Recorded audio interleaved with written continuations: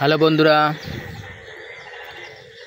বিদেশের মাটিতে বলে গোল্ডেন বেরি, কিন্তু বাংলাদেশে ফরিদপুরের ভাষায় বলে ফটফটি। এটা একটা আগাছা, কিন্তু এতে যে ফল ধরে পাকলে খেতে মিষ্টি।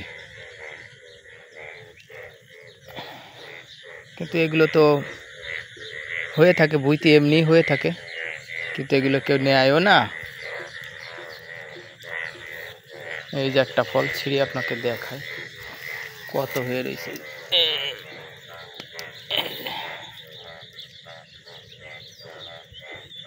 এই যে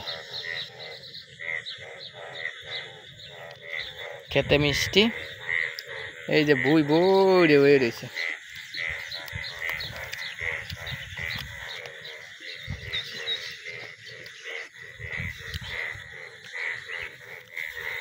আগাছা এখানে পাট বুননো ছিল, পাটের ভিতরে হয়েছিল, পাট কেটে নেওয়ার পরে এখন এই যে বুই বড়ে পড়ে রয়েছে।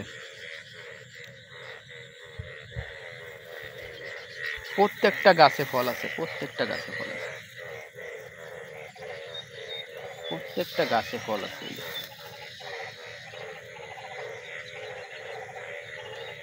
কিন্তু এই ফল আমি ইউটিউবে দেখেছি প্যাকেট করে বিক্রি করে, কিন্তু বাংলাদেশে তো এই ফল সেইভাবে কোনো কিছু হয় না।